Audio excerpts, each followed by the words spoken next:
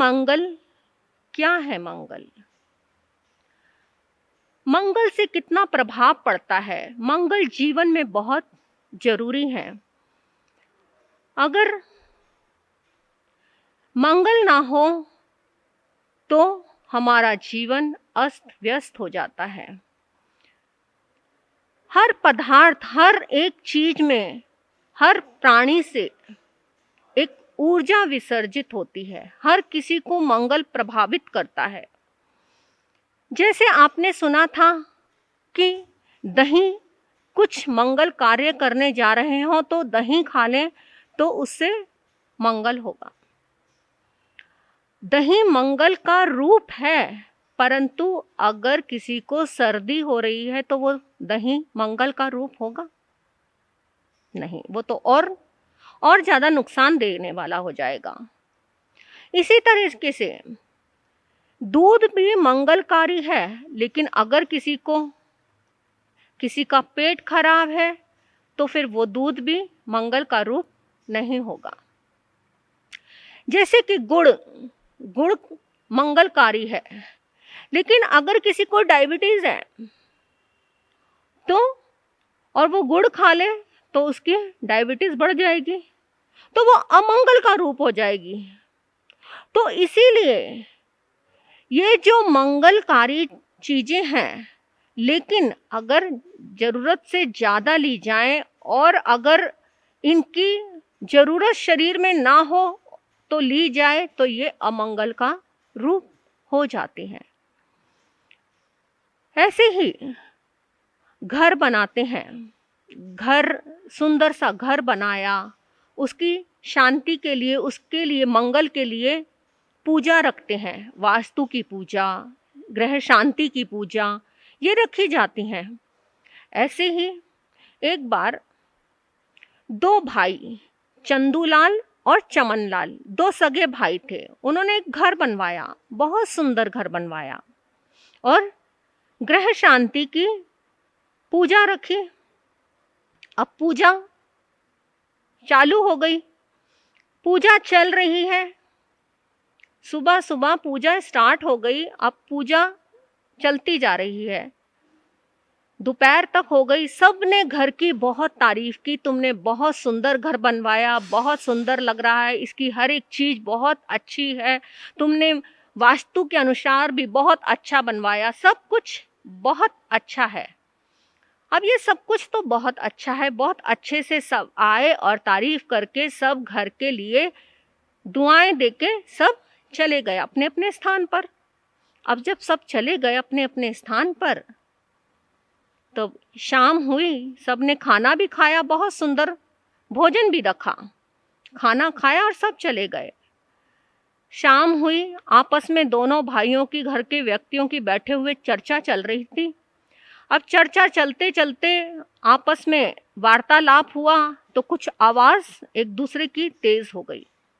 अब तेज आवाज हुई, करते करते आवाज बढ़ते बढ़ते इतनी बढ़ गई कि वो लड़ाई का रूप ले लिया उस आवाज ने। अब वो लड़ाई का रूप ले लिया, लड़ाई बढ़ गई, जोर जोर से आवाजें आने लग गई, खूब जोर जोर से बोलने लग गए एक दूसरे को। अब इतनी आवाज हो गई, इतनी आवाज हो गई, पड़ोसियों के पास तक आवाज पहुंच गई कि ये क्या हो रहा है, इसके घर से इतना शोर क्यों आ रहा है, अभी अभी तो मुहूर्त हुआ है, अभी तो मंगल कार्यक्रम हुए हैं और अभी से ये शोर शराबा, लड़ाई झगड़े क्या हो रहा है। देखते हैं पड़ोसी आसपास के इकट्ठे होके आ गए।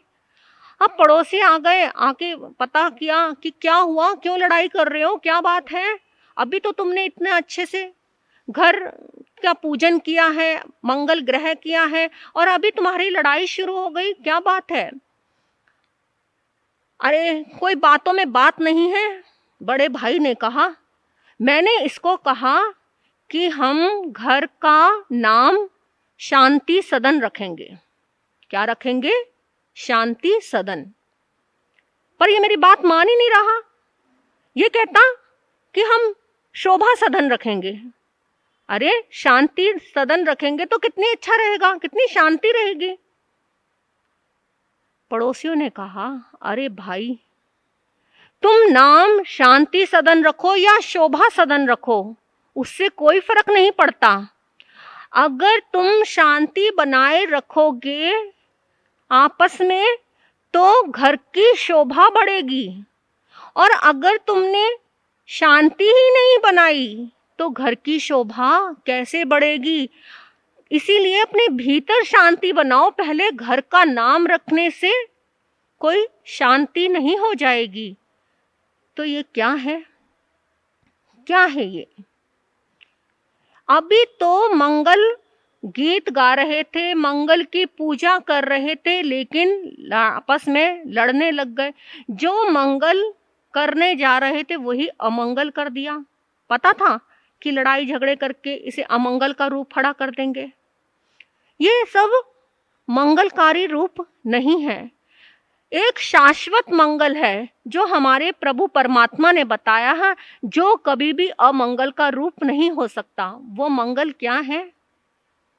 अरिहंत मंगल, सिद्ध मंगल, आचार्य मंगल और केवली पनत्तो धम्मो मंगल। ये 4 मंगल हमें बताए हैं जो कभी भी अशाश्वत नहीं हो सकते। ये शाश्वत का रूप है।